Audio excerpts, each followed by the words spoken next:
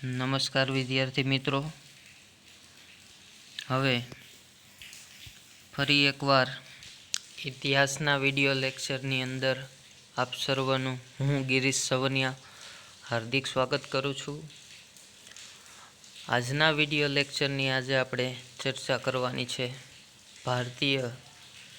પ્રાચીન ભારતનો ઇતિહાસ જાણવાના સાધનોની અંદર આપણે ભારતની ભૌગોલિક પરિસ્થિતિ વિશેનો અભ્યાસ કરેલો હતો, બરોબર।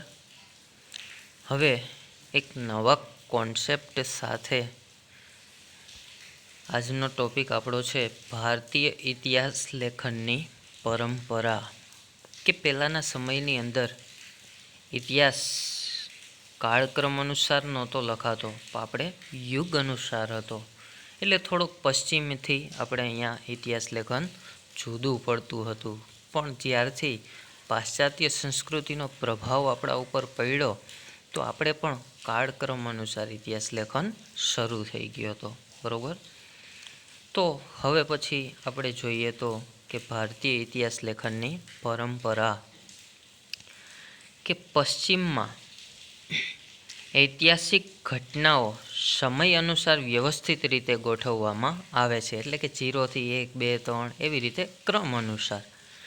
પરંતુ તેનો અર્થ એ નથી કે ભારતીયોમાં ઇતિહાસ પ્રત્યે કોઈ રુચિ નહોતી, કે એ લોકો પોતાના કાળક્રમ અનુસાર ઇતિહાસ લેખન કરતા હતા, તો ભારતીયોની પણ ઇતિહાસની અહીંયા કંઈક રુચિ હતી, એવું નહોતું કે નહોતી। હકીકતમાં પ્રાચીન ભારતીયોની ઇતિહાસ લેખન પદ્ધતિ પશ્ચિમી પદ્ધતિ કરતાં અલગ હતી, એટલે કે પશ્ચિમના દેશોની ઇતિહાસ લેખનની પરંપરા, એટલે કે એ જે ઇતિહાસ લખતા હતા એની શૈલી, બરાબર, એની પરંપરા, એની રીત અને આપણી રીત બંને અલગ હતી। એ લોકો કાળક્રમ અનુસાર લખતા હતા, જ્યારે આપણે યુગ અનુસાર, કે ભારતમાં જો આપ્યું જ છે અહીંયા સતયુગ, ત્રેતાયુગ, દ્વાપરયુગ અને કળિયુગના માધ્યમથી પુરાણોમાં ઇતિહાસ લેખન થયેલું જોવા મળે છે, કે આપણા જે જૂના વેદ પુરાણ છે એની અંદર સ્પષ્ટ વર્ણન છે કે કયા કાળમાં કેવી ઘટનાઓ અને કેવા કેવા બનાવો બન્યા।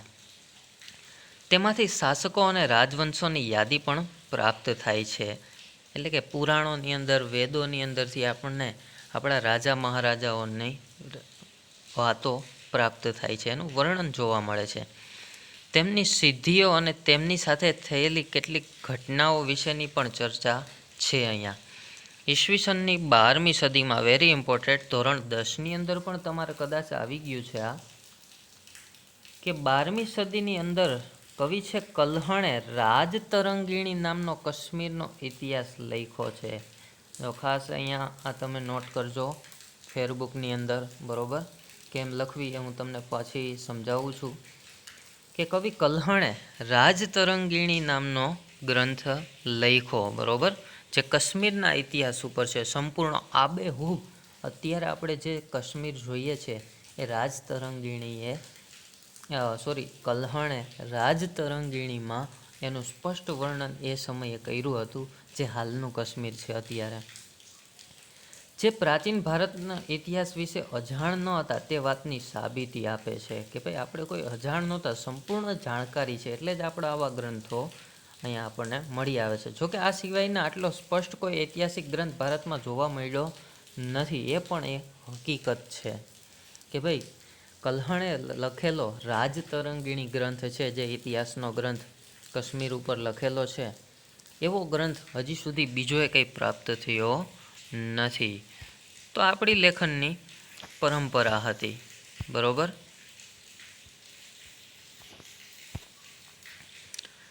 18મી સદીમાં અંગ્રેજોએ ભારત પર પોતાનું રાજ સ્થાપવાની શરૂઆત કરી। આપણે જોયું કે 1600ની અંદર, ઈસવીસન 1600માં ઈસ્ટ ઇન્ડિયા કંપની માત્ર વેપારના માધ્યમથી આવી અને એ લોકો હવે રાજસત્તાના વિલાસી પણ થઈ ગયા હતા। તેમણે પ્રાચીન ભારતનો ઇતિહાસ અને ભારતીય સમાજ વિશે જાણવા માટે ભારતના પ્રાચીન ગ્રંથોનો અંગ્રેજી ભાષામાં અનુવાદ કરાવ્યો, અને એટલું જ નહીં, પ્રાચીન ભારતનો ઇતિહાસ અને સંસ્કૃતિ જાણવા માટે ઈસવીસન 1784માં રોયલ એશિયાટિક સોસાયટી ઓફ બેંગાલની સ્થાપના કરવામાં આવી, કે એને વધારે ભારતની અંદર રુચિ હતી, એટલા માટે થઈ અને આપણા જે જૂના અને પુરાણો અને ગ્રંથોને હતા એ બધાનું એણે અંગ્રેજીમાં ટ્રાન્સલેશન કરાવ્યું, બરાબર. અને એનાથી પણ વિશેષ હજી વધારે ને વધારે જાણવા માટે થઈ અને અહીંયા આપેલું છે 1784ની અંદર શેની સ્થાપના કરવામાં આવી? Royal Asiatic Society of Bengal, એની સ્થાપના અહીંયા કરવામાં આવી, બરાબર. અને તેણે મનુસ્મૃતિનો અંગ્રેજીમાં અનુવાદ કર્યો. મનુસ્મૃતિ, કદાચ તમે લોકો આના શબ્દથી પરિચિત ન હો તો મનુસ્મૃતિ ભારતનો પ્રથમ કાયદા ગ્રંથ છે. અત્યારે આપણે જે એક્ટને આ તેન ચાલે છે ને એ પ્રમાણેનો પહેલાંના સમયનો કાયદા ગ્રંથ. તે દ્વારા જર્મન વિદ્વાન મેક્સ મુલરે ભારતીય ઐતિહાસિક માહિતીનું નિરૂપણ કર્યું કે આ મનુસ્મૃતિનો અંગ્રેજીમાં અનુવાદ કરી એનો અભ્યાસ કરી અને ત્યારબાદ જર્મન લેખક કે વિદ્વાન છે મેક્સ મુલર એમનું નામ, એણે પણ ભારતની ઐતિહાસિક માહિતીનું વર્ણન અહીંયા કરેલું. અંગ્રેજોએ પ્રાચીન ભારતીય ભાષાઓ જાણવા પણ પ્રયત્નો કર્યા. અંગ્રેજ વિદ્વાન જેમ્સ પ્રિન્સેપે, વેરી ઇમ્પોર્ટન્ટ, જેમ્સ પ્રિન્સેપ નામ છે, એણે અશોકના શિલાલેખની લિપિ ઉકેલી 1827ની અંદર. ખાસ આ ટીક કરજો, 1800 અશોકના શિલાલેખ કે જે હાલ જૂનાગઢની અંદર સ્થિત છે એ અશોકના શિલાલેખની અંદર જે લખાણ છે, લિપિ જે એ લખાણને ઉકેલું કોણે? તો કે જેમ્સ પ્રિન્સેપે 1827ની અંદર એણે આ લિપિ ઉકેલી. તો વિન્સન્ટ આર્થર સ્મિથે અર્લી હિસ્ટ્રી ઓફ ઇન્ડિયા લખ્યું, જે પ્રાચીન ભારતનો લગતો સૌ પ્રથમ આધારભૂત ગ્રંથ હતો કે સૌથી જૂનો વિદેશી લેખકે લખેલો ગ્રંથ, એનું નામ છે અર્લી હિસ્ટ્રી ઓફ ઇન્ડિયા, જે વિન્સન્ટ આર્થરે લખેલો. જો કે આ ગ્રંથ બ્રિટિશ દ્રષ્ટિકોણથી લખાયેલો છે. શું કામ? કારણ કે એનો લેખક જ બ્રિટિશ છે, તો એ ઇતિહાસમાં કંઈક ખોટું વર્ણન પણ છે, જેમાં બ્રિટિશરોના ગુણગાન ગાવામાં આવ્યા છે. એટલે ભારતના ગુણગાન અહીંયા ગાવામાં આવ્યા નથી, એટલે એ આપણા માટે તદ્દન નકામો બને છે ગ્રંથ. એણે પ્રાચીન અને મધ્યકાલીન ભારતીય શાસન કરતાં બ્રિટિશ શાસનને વધારે ઉપયોગી ગણાવ્યું છે, કે ભારતીય શાસનનું કોઈ મહત્ત્વ નથી આ અર્લી હિસ્ટ્રી ઓફ ઇન્ડિયામાં. માત્ર ને માત્ર કોના ગુણગાન ગાયા છે? તો કે બ્રિટિશ શાસનના. અંગ્રેજોએ પોતાનો દૃષ્ટિકોણથી ભારતનો ઇતિહાસ લખ્યો તો ભારતના રાષ્ટ્રવાદીઓએ તેમની સામે રાષ્ટ્રવાદી ઇતિહાસનું લેખન કરવાની જવાબદારી લીધી. તેમણે પ્રાચીન ભારતીય સંસ્કૃતિનું ગૌરવ વિશ્વ સમક્ષ મૂકવાનો પ્રયત્ન કર્યો. આવા બે મહત્વપૂર્ણ રાષ્ટ્રવાદી ઇતિહાસકારોમાં ડૉક્ટર આરજી ભાંડારકર અને વી.કે. રાજવડેનો સમાવેશ થાય છે, કે જેણે આ અર્લી હિસ્ટ્રી ઓફ ઇન્ડિયા જેવા પુસ્તકો જે તદ્દન ભારતીય ઇતિહાસ સાથેના ચેડા હતા, કે ખોટું વર્ણન એની અંદર હતું, તો સત્યતા આ દુનિયાની સમક્ષ, એટલે કે ભારતનો ઇતિહાસ છે સચોટ અને સત્ય ઇતિહાસ છે એ લખવાનું કાર્ય આપણા રાષ્ટ્રવાદી બે વ્યક્તિઓ છે, ડૉક્ટર આરજી ભાંડારકર અને વી.કે. રાજવડે, એણે લખેલું છે. સ્વતંત્રતા બાદ ભારતીય ઇતિહાસ લેખનમાં મહત્વપૂર્ણ પરિવર્તન આવ્યું. ધીમે ધીમે રાજકીય ઇતિહાસને સ્થાને સામાજિક, આર્થિક અને સાંસ્કૃતિક ઇતિહાસ પર લખાણ વધવા લાગ્યું. કે પહેલાંના સમયની અંદર શું હતું કે ભાઈ રાજા રજવાડા ઉપર વધારે લેખન થતું જોવા મળતું હતું, પણ હવે એને સ્થાને અને આઝાદી પછીની જો વાત કરીએ તો સમાજ, આર્થિક સ્થિતિ, સંસ્કૃતિ આ વગેરે ઉપર વધારે લખાણ થવા માંડ્યું. A L. Basham the wonder that was ઇન્ડિયાના લેખક અને D D. Kosambi introduction in the study of Indian હિસ્ટ્રીના લેખક આ ક્ષેત્રે સૌથી અગત્યના ગણાય છે. માત્ર જાણકારી માટે છે, બહુ વધારે ચિંતા કરવાની તમારે કોઈ જરૂરિયાત નથી કે ભાઈ ભારતનો ઇતિહાસ લેખનમાં આપણું યોગદાન અને કેવા કેવા પુસ્તકો હતા, તો એના ખાલી અહીંયા નામ આપેલા છે જે જાણકારી માટે છે. કે ભાઈ એ.એલ. બાસમે લખેલું ધ વિન્ડર ધેટ વોઝ ઇન્ડિયા અને ડી.ડી. કોસાંબી નામના લેખકે લખેલું પુસ્તક છે introduction in the study of Indian history. આવા વગેરે ઇતિહાસના પુસ્તકો લખાયેલા છે જે ભારતની સચોટ વર્ણન કરે છે કે ભારતનો ઇતિહાસનું સચોટ વર્ણન થાય છે. હવે ભારતીય ઇતિહાસની વિષય વસ્તુ એના વિશેનું જોઈએ તો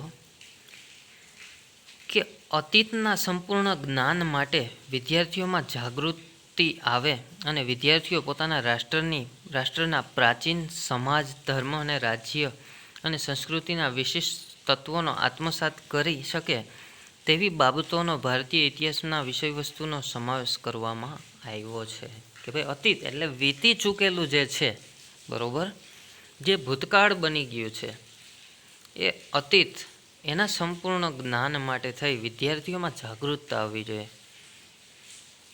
અને આપણા દેશ પ્રત્યે માન સન્માન, આપણે સમાજ, ધર્મ, રાજ્ય, સંસ્કૃતિને વરેલો દેશ છે તો એને આપણે જાણવાની છે, આપણામાં આત્મસાત ઉજાગર કરવાની છે. આપણી સંસ્કૃતિ આજે આપણે જુઓ કે કલ્ચર આપણું ધીમે ધીમે નાશ પામે છે. શું કામ? કે આપણે પાશ્ચાત્યથી પ્રભાવિત થયા છીએ. ભલે 100% પાશ્ચાત્યનું અનુકરણ કરો પણ સાથે સાથે આપણું જતું ન રહે એની ખાસ કાળજી રાખવી જોઈએ.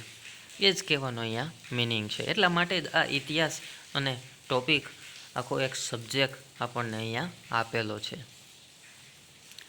છેક પાષાણ યુગથી લઈને, પાષાણ કે એ સમય પથ્થરોનો હતો, બરાબર, એ પાષાણ યુગથી લઈને 20મી સદી સુધીના ભારતની તારીખ, વાર, માહિતી અને તેની સાથે સંકળાયેલ કાર્યકારણના સંબંધ ઇતિહાસની વિષય વસ્તુ બને છે. કે પાષાણ યુગમાં જે જે વસ્તુઓ આપણને મળી એ આપણી પરંપરા, ઇતિહાસ લેખનની પરંપરામાં સમાવેશ થાય છે 20મી સદી સુધી, કે જ્યારે ભારત દેશ આઝાદ થયો ત્યાં સુધી. અને એક બાબત તમને ખાસ કહું કે ધોરણ 11 અને 12નો ઇતિહાસ એટલે પ્રાચીન કાળનું ભારતથી લઈ અને આધુનિક ભારતની ઇતિહાસ ગાથાનું વર્ણન કરે છે. આધુનિક ઇતિહાસમાં મોટી ઘટનાઓ જ નહીં, નાની ઘટનાઓ પણ ઇતિહાસ બદલવામાં ભૂમિકા ભજવે છે તે પણ દર્શાવવાનું એ ઇતિહાસકારનું મૂલ્યવાન સર્જન ગણાય છે. કે ઇતિહાસકારની એક જવાબદારી જ છે કે નાનામાં નાની વસ્તુ પણ આપણી સમક્ષ મૂકે જેથી કરીને આપણને સંપૂર્ણ ઇતિહાસ પ્રાપ્ત થાય. કલા, સ્થાપત્ય, ધર્મ, વર્ણ, એ સમયે આપણે વર્ણોમાં હતો બ્રાહ્મણ, ક્ષત્રિય, વૈશ્ય અને શૂદ્ર, તો એ વર્ણ થયા. જ્ઞાતિ, રાજ્ય વ્યવસ્થા, અર્થવ્યવસ્થા, વેપાર વાણિજ્ય, આચાર વિચાર અને તેને લગતી વિચારસરણીઓ ઇતિહાસની વિષય વસ્તુ બન્યા છે. કે આ દરેક વસ્તુ છે એણે ઇતિહાસ લેખનની પરંપરાની અંદર મહત્ત્વપૂર્ણ ભાગ ભજવેલો છે. ચાહે કલા હોય, સ્થાપત્ય હોય, મંદિરો હોય, મસ્જિદ હોય, વર્ણો હોય, જ્ઞાતિ હોય, બરાબર, વેપાર વાણિજ્ય હોય કે અર્થવ્યવસ્થા હોય, જે કંઈ પણ હોય એ દરેકે ઇતિહાસની અંદર કંઈક ને કંઈક પોતાનું યોગદાન આપેલું છે. આ ઉપક્રમે આપણે પ્રાચીન ભારતના ઇતિહાસનું અધ્યયન કરવાનો પ્રયત્ન કરીશું. ઇતિહાસકારોએ ઇતિહાસ જાણવા મુખ્યત્વે 2 ભાગમાં વહેંચે છે. કે જો ઇતિહાસને સંપૂર્ણ જાણવો હોય તો એને 2 વિભાગની અંદર વહેંચવામાં આવેલું છે. કયું કયું છે? તો કે એક છે અલેખિત સાધનો અને એક છે લેખિત સાધનો, બરાબર. આ 2 વસ્તુઓ દ્વારા આપણે ઇતિહાસ જાણી શકીએ છીએ. કે અલેખિત સાધનો જે લેખિત સ્વરૂપે ન હોય એવા, બરાબર, અને બીજા છે લેખિત સાધનો, ગ્રંથો, હસ્તપ્રતો, નકલો, વિદેશી પ્રવાસીઓની નોંધો, બરાબર. તો હવે પછીના વિડીયો લેક્ચરની અંદર આપણે અલેખિત સાધનો અને લેખિત સાધનો વિશે અભ્યાસ કરશું કે જે ઇતિહાસનું અધ્યયન કે ઇતિહાસને સમજવા માટે મહત્ત્વપૂર્ણ છે, બરાબર. કે જેને ઇતિહાસકારોએ 2 વિભાગની અંદર વહેંચેલું છે એવા અલેખિત સાધનો અને લેખિત સાધનો. Okay, thank you.